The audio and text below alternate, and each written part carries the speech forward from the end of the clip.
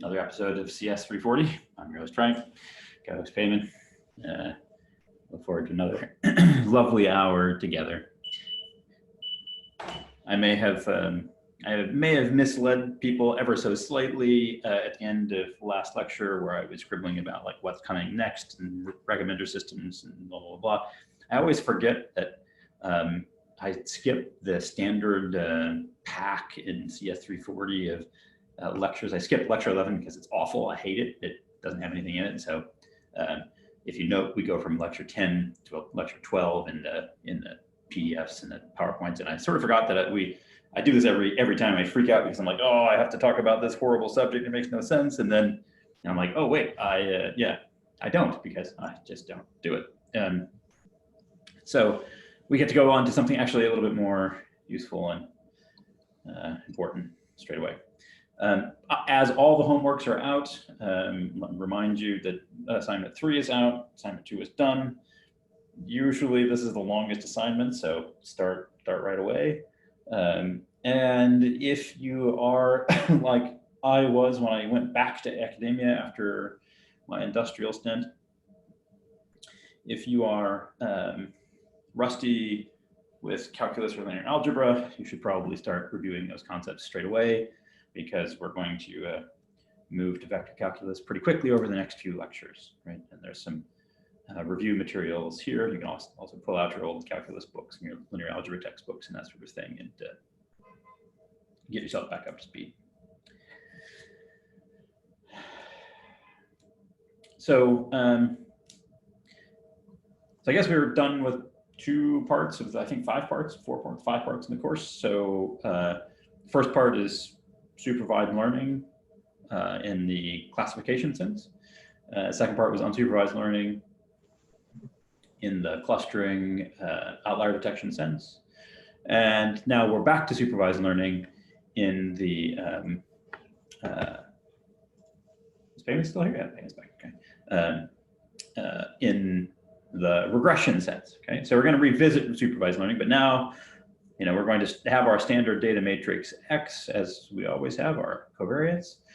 And we have our standard output vector Y, which are going to be our labels or whatever. But now, whereas before we considered classification, and we assumed that our individual labels were discrete, i.e., spam or not spam in the example that we gave, now we're going to consider regression, right? And we're going to let the values in Y be real valued or numerical anyway,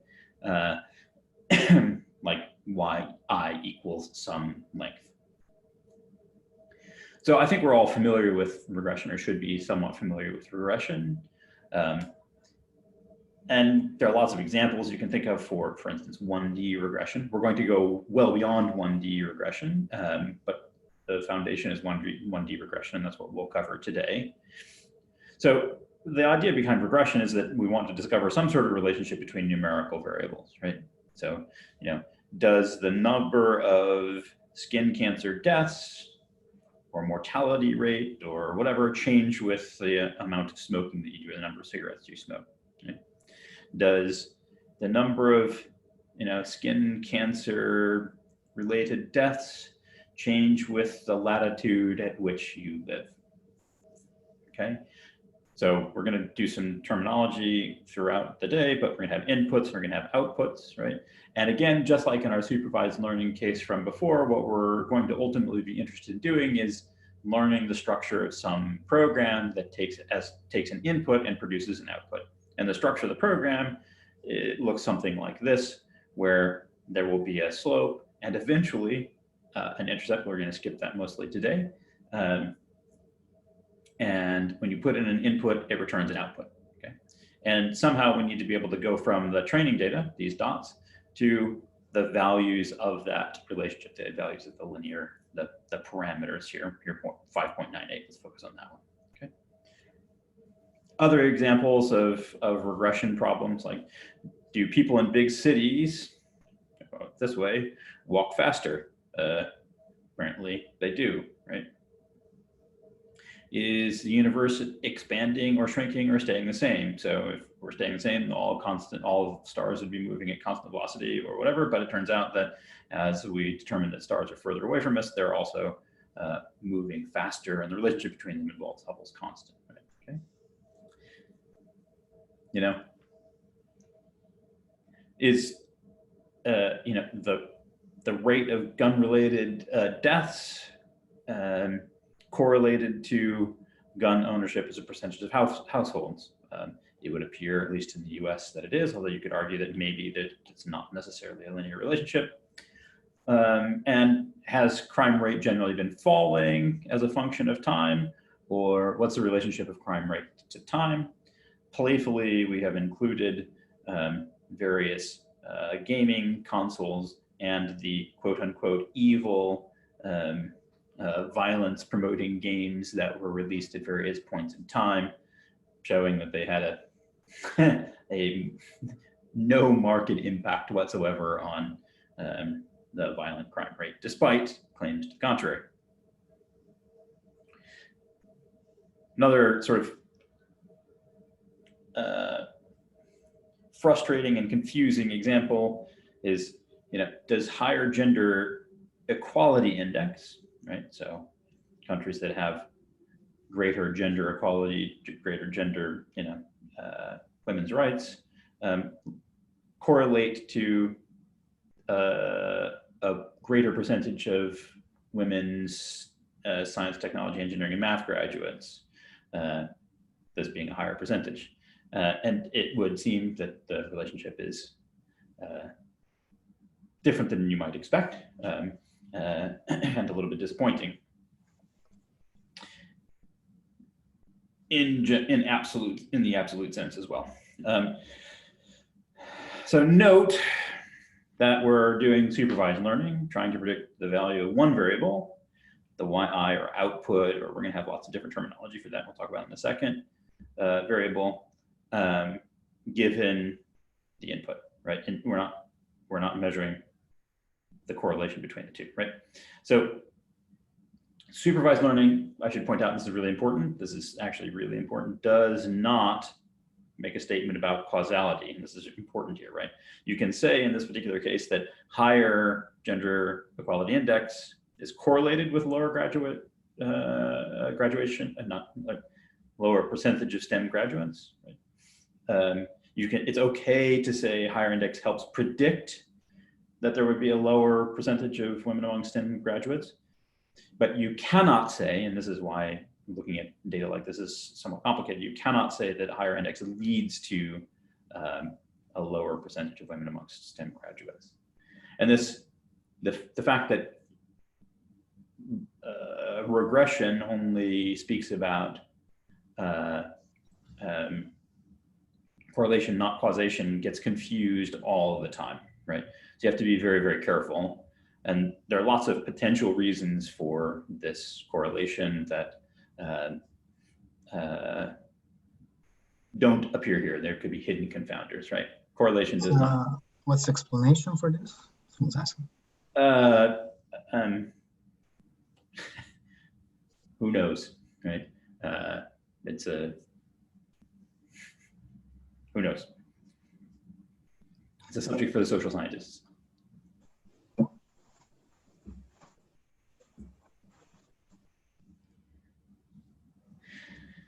Cool. Yeah, references to the difference between correlation and causation are welcome in the chat channel. Yeah. So one way to handle numerical outputs is to discretize the output space, right? So for age, we could just, you know, which is a continuous quantity, we could discretize into a few bins, right? And then we can just use our classification methods for regression. Right. The problem is, of course, that if your output only has a few, you know, discrete bins, then the relationship that you could possibly learn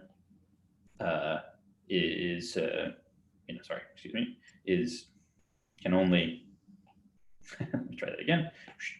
You only have a few discrete levels, right? It can only, look like this. You're not going to have a very expressive regression function, right? So lose a lot of resolution.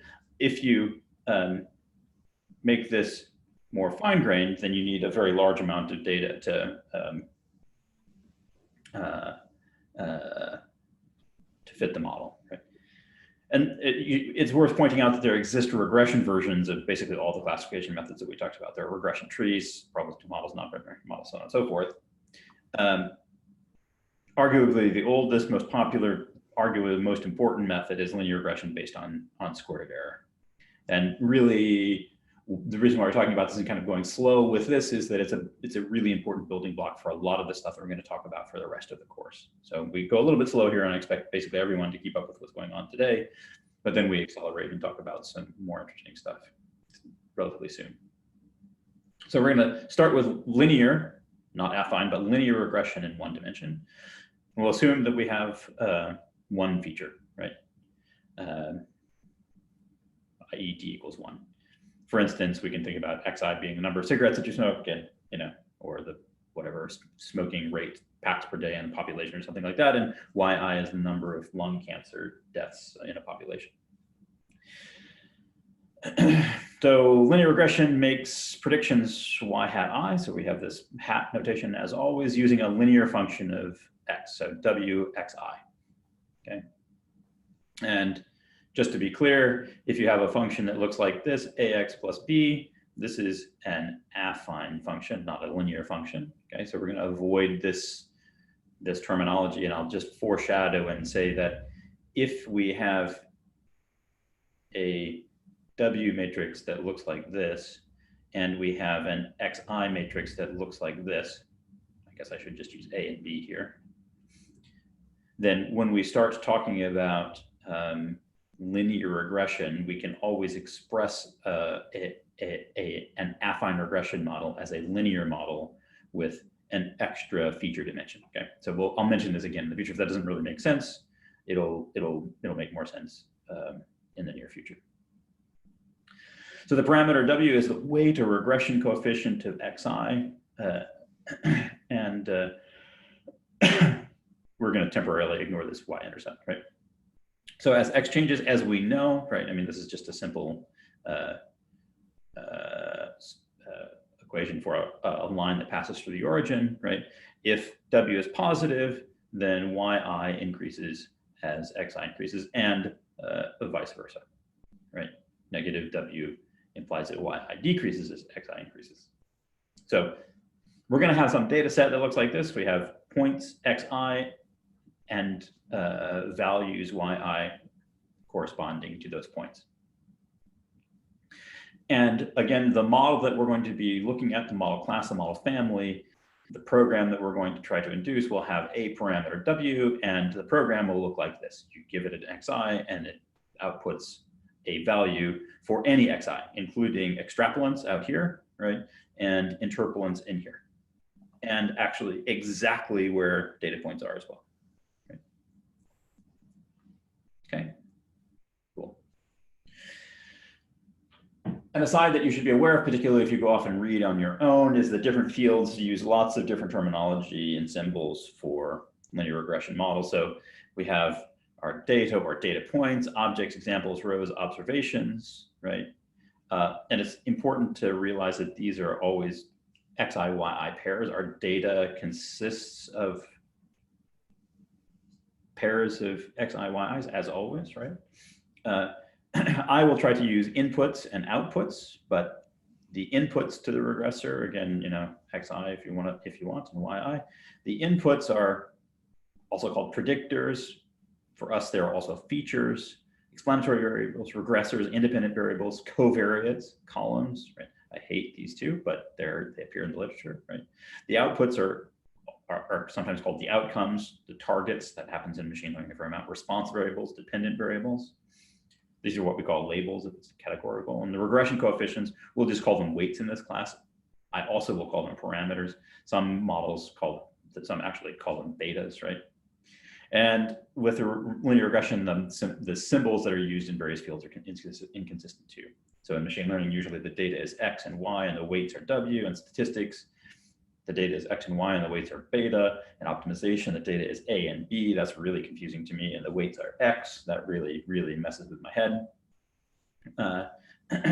So we're going to stick with this notation. Okay. So let's talk about how to pick the W that actually is best for the model. So our linear model is given by this linear equation, right? So we can make predictions for any new example, xi tilde, the same way we just multiplied by W. But we can't use the same error as we did in the classification case, right? Basically, it's super unlikely, measure 0 really, to find a line where our estimate y hat I is equal to the true value of y hat I in the data for many, many points, right? This is due to the noise and the data generation process, the relationship not being quite linear, floating point issues, so on and so forth, right? So our notion of best model has to be a little bit more flexible, right? So the best model is going to be one in which the difference between our predictions, the distance between them, is small, but it has to be robust to the fact that they're not going to be 0, right? That seems totally reasonable. So what we're going to do is we're going to set up an optimization problem and an optimization objective, right? This, what we'll see here is FW. So instead of trying to predict exactly YI, we'll evaluate and try to minimize the size of the error in predictions. So the classic way is setting W, this is our model parameter, our weight, to minimize the sum of squared errors, okay?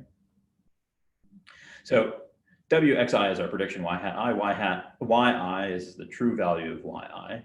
We take a difference between them, square it, and sum them over all examples, okay?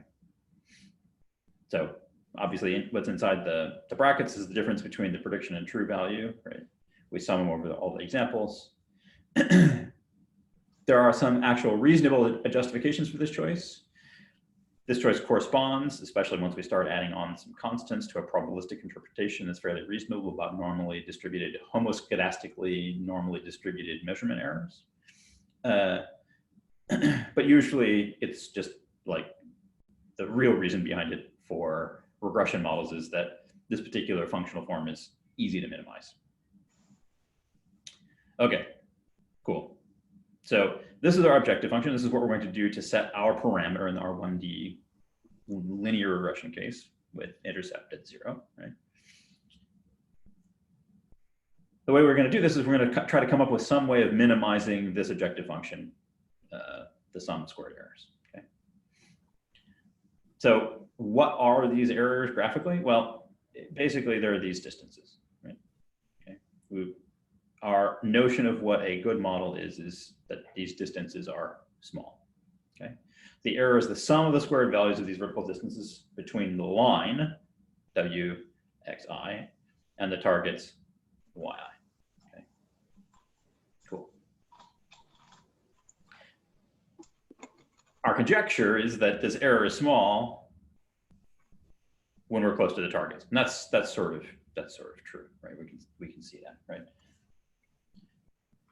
Because if the error is large, right, these distances are large, then our predictions are far from the targets and our model will be bad and so on and so forth. Okay, so the idea is we want to chop these things down to a small value. In fact, in particular, the sum of them, and that's critical. And we're going to take the sum of the squared distances, which is also critical, show up later. We want to minimize these distances. So in machine learning, and I'll tell you a little dirty secret about machine learning, like really, most machine learning people can't do much more than take a gradient. Right? And we're going to build towards gradients right now, but basically we want to minimize, a lot of machine learning is about minimizing loss functions, and a lot of effort goes into making loss functions continuous such that you can take a derivative. In particular, you can take a bunch of partial derivatives, and those partial derivatives correspond to a gradient, and then you can do gradient descent, okay? So the first thing that you should think is, if I have some loss function, right, can I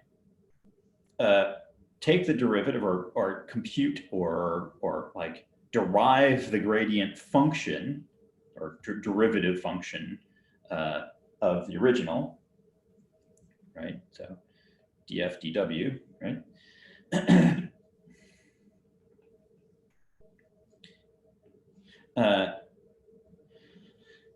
If we can do this, right? So this f prime of w is the slope of the tangent line at w. Okay, so here's w. There's a slope, whatever that slope happens to be. The function f prime of w returns the value, which is the slope of f of w at that point, right? Okay, fine. This, of course, makes it really obvious that if you have access to this function, that what you should do is you should look for the points where the slope is 0, right? And in this particular case, there are 3 of them, right? These are points where the derivative function evaluated at that point in W space returns 0, right? If you can find all of these and then pick amongst them somehow, right? By choosing the function value at those points, right? So this is the lowest function value at a point where the derivative function returns 0, right? Then this point is a minimizer, okay? And you may want to check, and it's not unreasonable to do this, right? You may want to check that the second derivative of f with respect to w is greater than 0, because then you know for sure that it's a minimizer if it's not unique, right?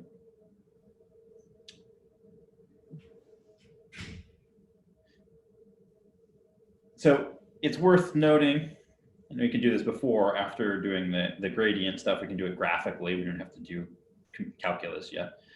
That if we have some function of w here, maybe I should make this not unimodal so that we suspend disbelief for a little while, right? This function has the same set of minimizers as taking the entire function and dividing its value by half, right? That doesn't do anything to the location of where these minimizers are, right? And because this is a function of w alone, for instance, n is a constant, so that just makes this even smaller, depending on the value of n, I suppose. N could be large even. N could be really small, make that higher, right, depending on the value of n. So that doesn't change anything, right? So I guess I should have scaled the slopes of these as well, ever so slightly, right? If we add a constant offset, doesn't change anything. The location of the minimizers are the same, right? So we can do lots of things to our objective function, like multiplying by a positive constant, which you're going to see. We're going to multiply this by this positive constant all over the place, and it doesn't change the location of the minimizers. In other words, the derivative will still be 0 at the same locations. Okay, and we use this trick a lot in the course, and quite often we use it quickly. And so just make sure that you're aware that this is happening or can happen. Like here, we've just added this. It doesn't change the minimizers, right? It will make things a little bit nicer when we use the chain rule, because this 2 is going to come down and cancel with this 1/2. So finding w that minimizes sum of squared errors, well, we can take this inner expression and do first, outer, inner, last, and expand it out into its expanded quadratic form. And then we can take this, we can distribute the sum, right, in everywhere. So we're left with a sum over yi squared and a sum over xi, yi times w, right? And then the sum over xi squared, w squared over 2, fine. Great. Now you'll note that, well, we could note right now, just for the fun of it, if we wanted to, that this is a constant, so we could remove that straight away, and it's not going to affect our the location of the minimizer. But we can also notice that this thing looks like a quadratic expression if you just focus on this, this, and this, and everything else are just constants, right? So we have a form that looks like this: w squared over 2 times a minus wb plus C, where, this is A, this is B, and that is C, right? If we take a derivative of this expression with respect to W, right, then the 2 cancels. We get WA, then the W goes away here, and the C goes to 0, okay? So we're left with an expression that looks like this. Cool. So that is the function that returns the slope at every given value of W. Right? Cool. So if we're lucky, and sometimes we are, in fact, basically really only in this case are we, but there are a few others like it, but really only in this case, can we actually solve for the points where the derivative of the loss with respect to its argument is 0. And if we do this here, obviously, if we just rearrange this equation, right, it gives us this solution here, W equals B over A.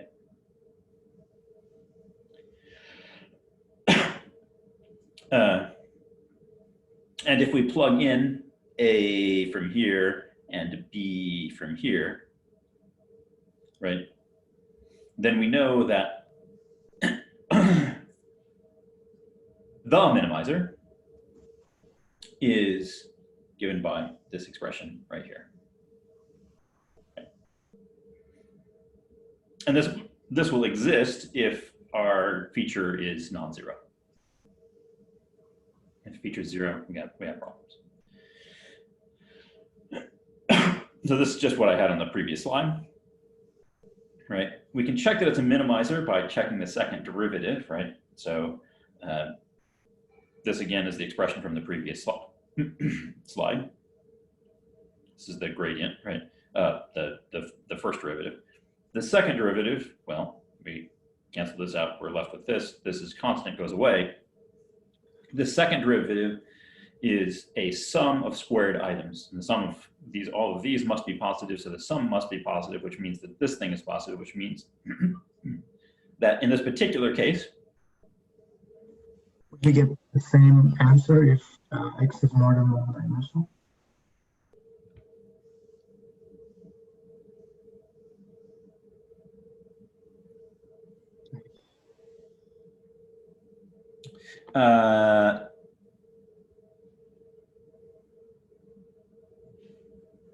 Let's hold off on that. You're in the right. You're going in the right direction, Ellen, and we're going to get there at the end of this lecture and the beginning of next lecture, right?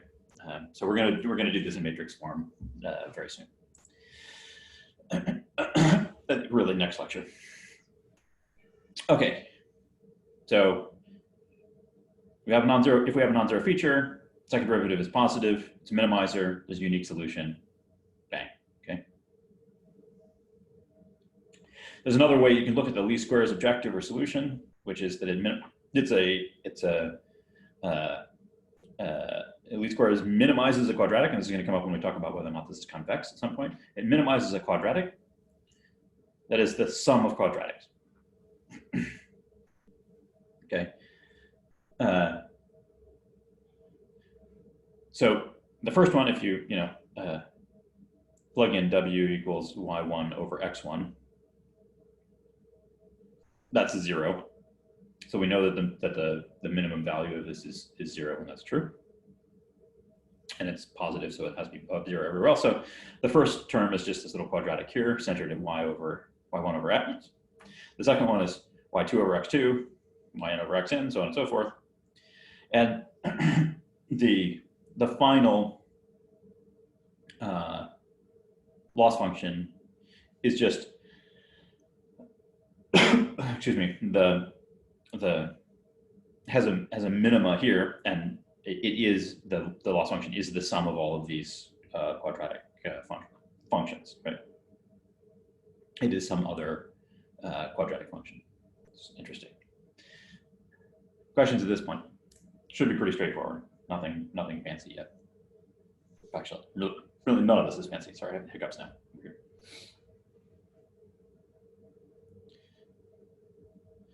Okay, cool.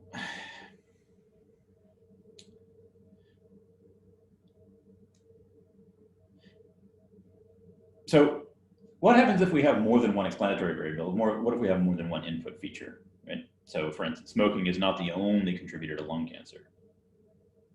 Like there's, environmental factors like asbestos, right?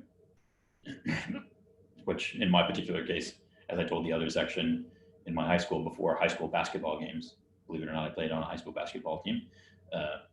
We would jump up and hit a pipe covered in asbestos, and the white asbestos powder would fall down on us, and we'd all get pumped up for the game. So I don't smoke, but I probably have some asbestos in my lungs. So how much I smoke, how much asbestos, and lung cancer. Great. So now we have y's all over the place, and we have x's for different values, and the question is like, what's going on, right? How do we model the combined effect of smoking and asbestos and express the like something about your lung cancer propensity as a function of those? Well, a simple and actually usually very effective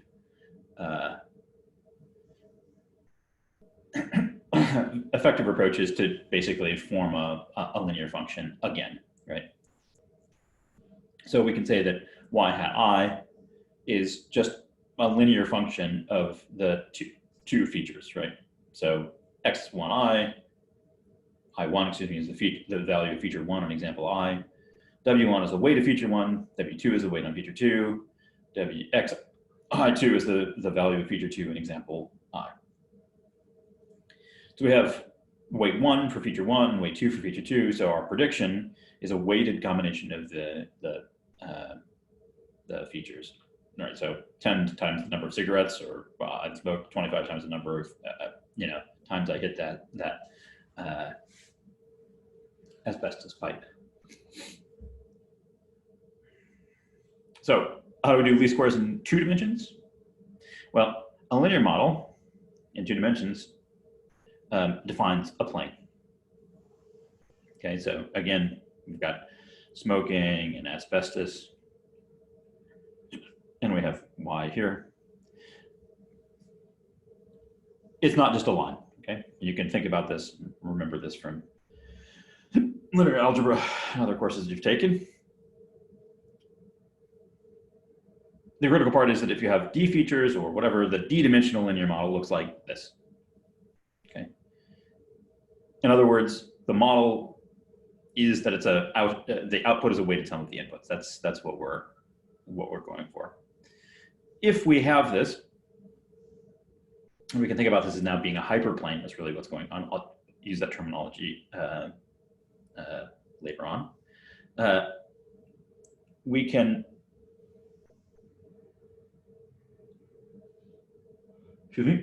write this in either summation notation, where we sum over the dimensions of the features and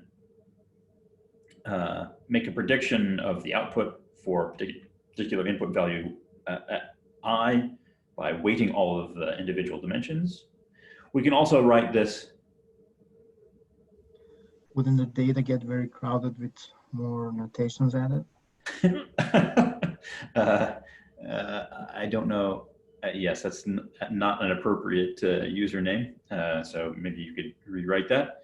And I'm not sure that question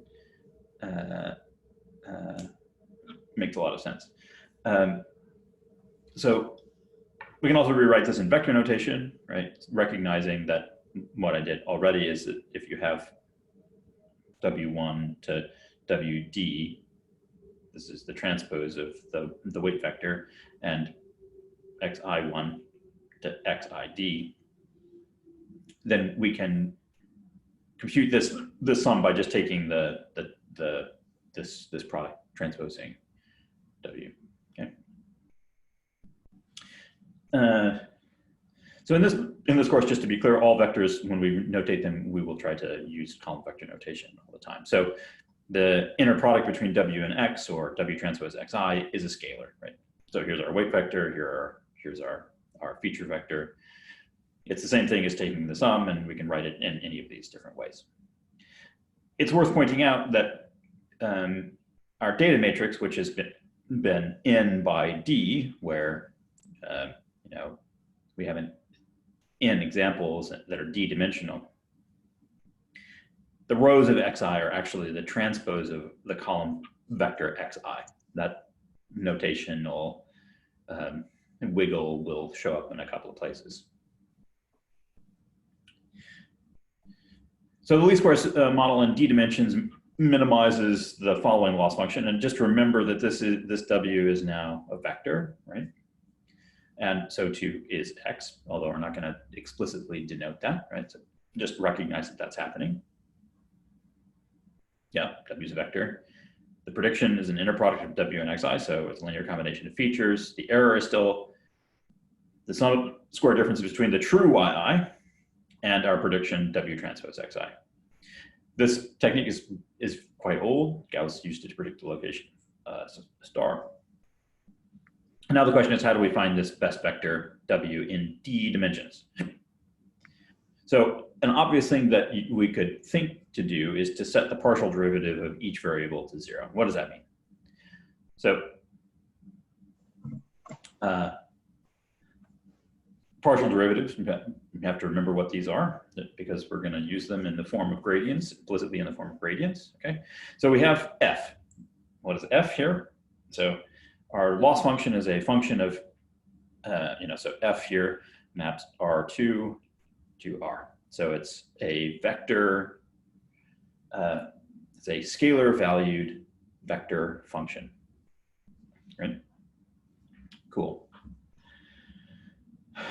And this will show up, for instance, even at the very end of the class when we talk about autodiff, because this is one of the forms of the functions that we look at. Okay, so we can plot our objective value as a function of its two inputs, w1 and w2. And just as a reminder, the partial derivative of f here, and we're being very specific with respect to w2, is the derivative with respect to w2 when all the other variables are held fixed, and it's denoted by these little squiggly d's, right? The partial with respect to w2, right? So what's going on? So if we say w1 is fixed here at value 1, right, and we vary w2, then the partial derivative function will return the slope evaluated at w1, w2.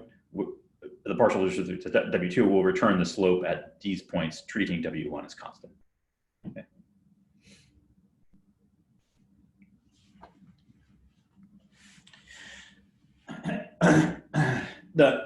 So the linear least squares model in d dimensions for one example looks like this again, right? So we have the same thing we've had all along. We can expand out the square, and all of these y hat i's are scalars, so we can do this, right?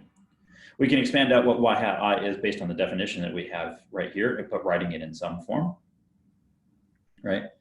And we can talk about what the partial derivative of this expression is with respect to w1, okay? So how do we do that?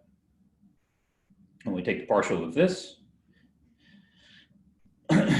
partial derivative of this, it means we take the derivative with respect to w1, okay? So what happens? So this is a constant with respect to w1, right? If we look inside this sum, if we expand it out, right, there's only one w1 expression, right? Okay, cool. So the only w1 expression is xi1, and there's a yi associated to that. So that is the partial derivative, is the derivative of that with respect to w1. The derivative of this expression with respect to w1, we have to use the chain rule. The chain rule drops the 2 down, and then we take a derivative, drops the 2 down, returns this, and then you take the derivative of the inner expression with respect to w1, right? So that gives you this from the first part of the chain rule, and xi1 from the second part, okay? So there we go. There's the partial of f with respect to w1, okay? We can simplify this by moving xi1 out, and then we can write this in vector inner product form, okay?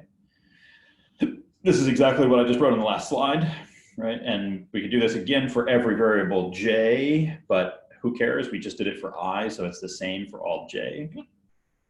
And basically we have an independent sum over all the n examples.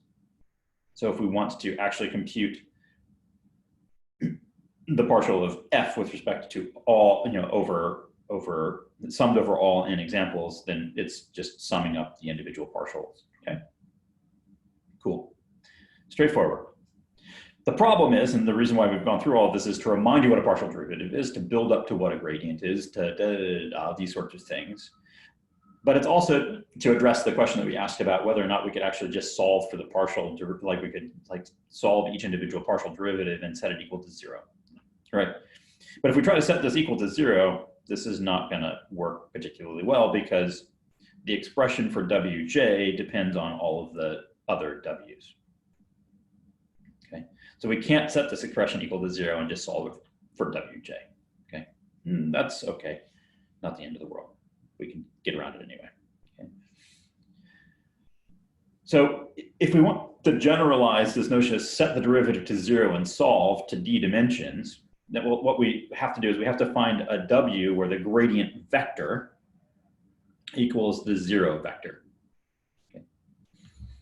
That's what we're going for. Okay. So the gradient is a vector.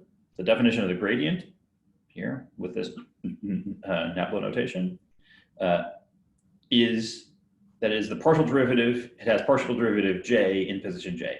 So if we have an objective function whose domain is vector value, the gradient is the partial with respect to all the vector elements just stacked up. Okay. So you can think about the gradient function as being a vector valued function. So the gradient function, grad f, maps r squared to r squared.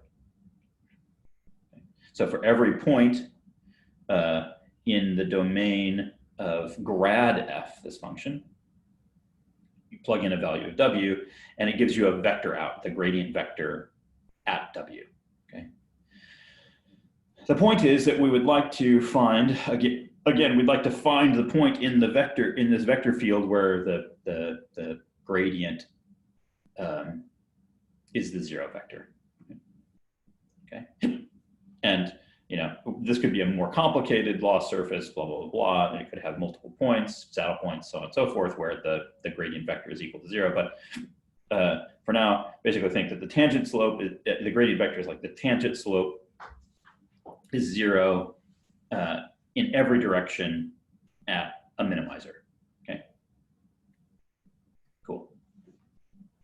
All right. So we know the form of these partial derivatives for least squares, right?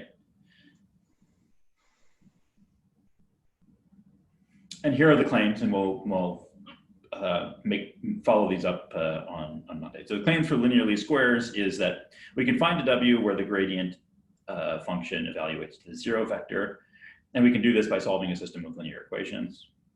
We'll also claim that all such points w where the gradient is 0 are minimizers, and we'll get to that next time.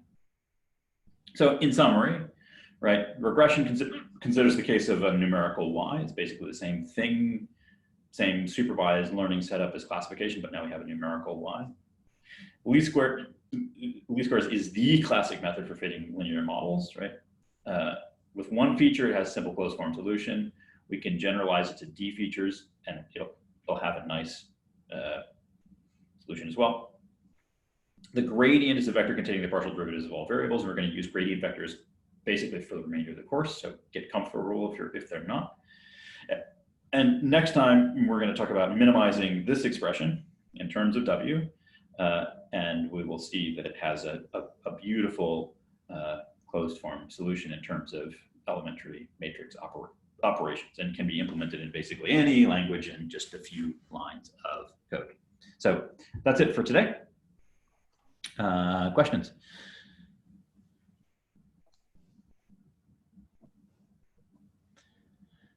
So Dominic,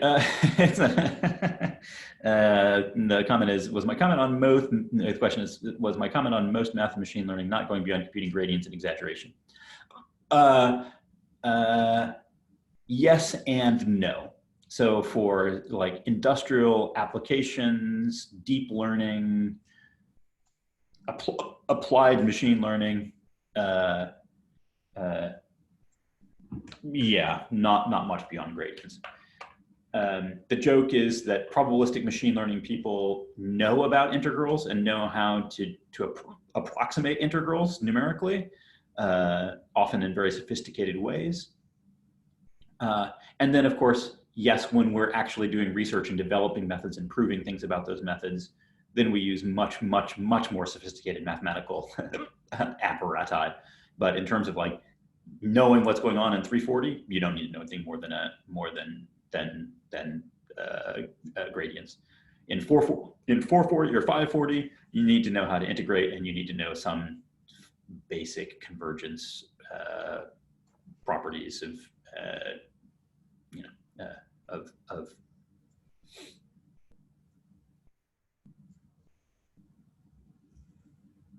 yeah, I'll leave it at that.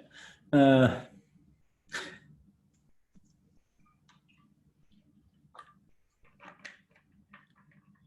So how would regression be used in decision tree splitting rules? Oh, great question, Alan. So the one thing that you could do is, let's imagine that you have, oh, I love this question. This is good. This is a good question, okay?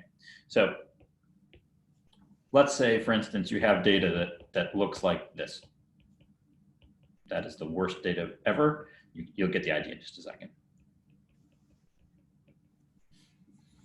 Okay, how are you going to fit a linear regression function to this? It's not going to happen, right?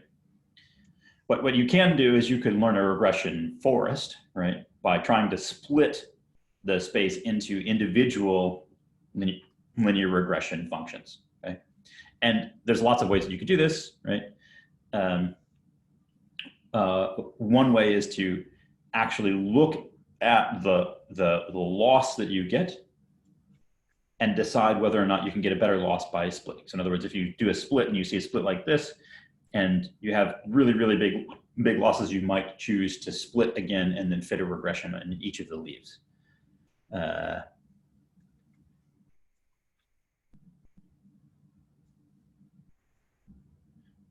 Could you explain the least squares one example computing the derivative again?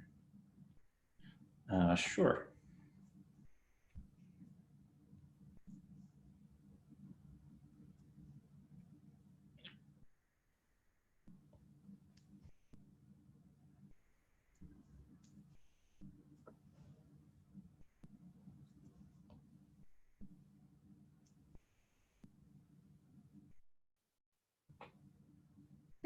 This one?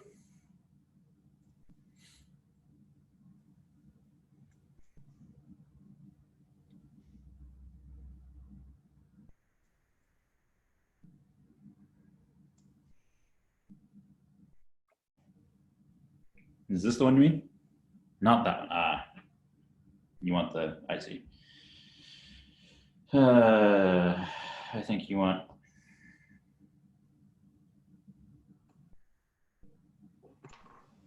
this one. This is probably the one that's confusing to you, I guess.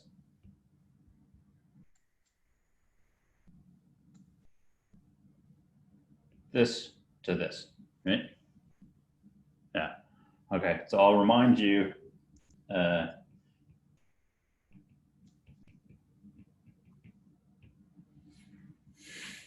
What is that? Payment. What's that? The partial derivative of qx.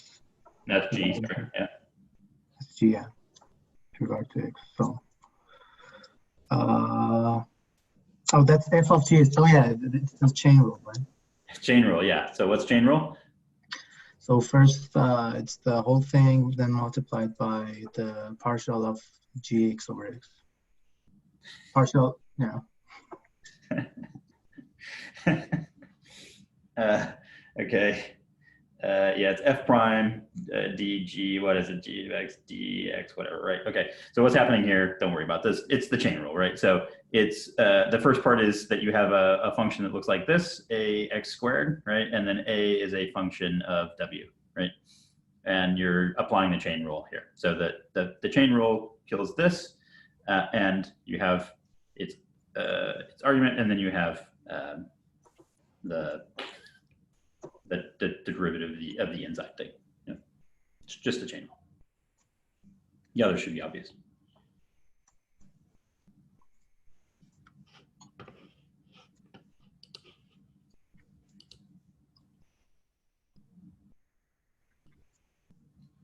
So that's a good question.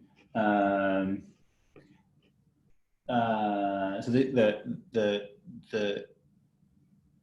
so we still apply our old validation methods like cross-validation when evaluating our regression models. Yes. So just some space. Yeah, so we haven't talked about what hyperparameters could possibly be yet, but when we get to evaluating hyperparameters, we will use cross-validation. So the notion would be that you actually hold out some of your data. So these might be held out cross-validation points, right? And you fit based on the other data points, right? So there's a fit, here's a fit, so on and so forth. And you test on this validation stuff. So the question is, what would make different regression models? We haven't got there yet, right? We will get there very soon.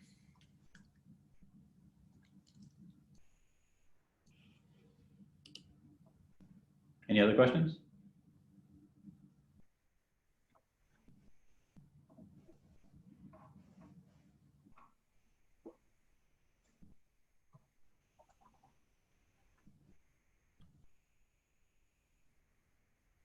Yeah, so let's do this right, just so that it's there. It's f prime g of x times g prime of x. Okay, there we go. That's what we want.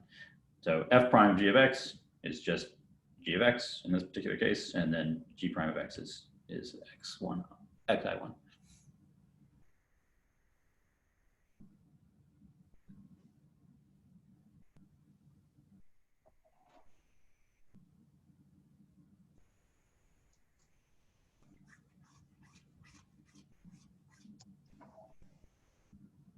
Any other questions?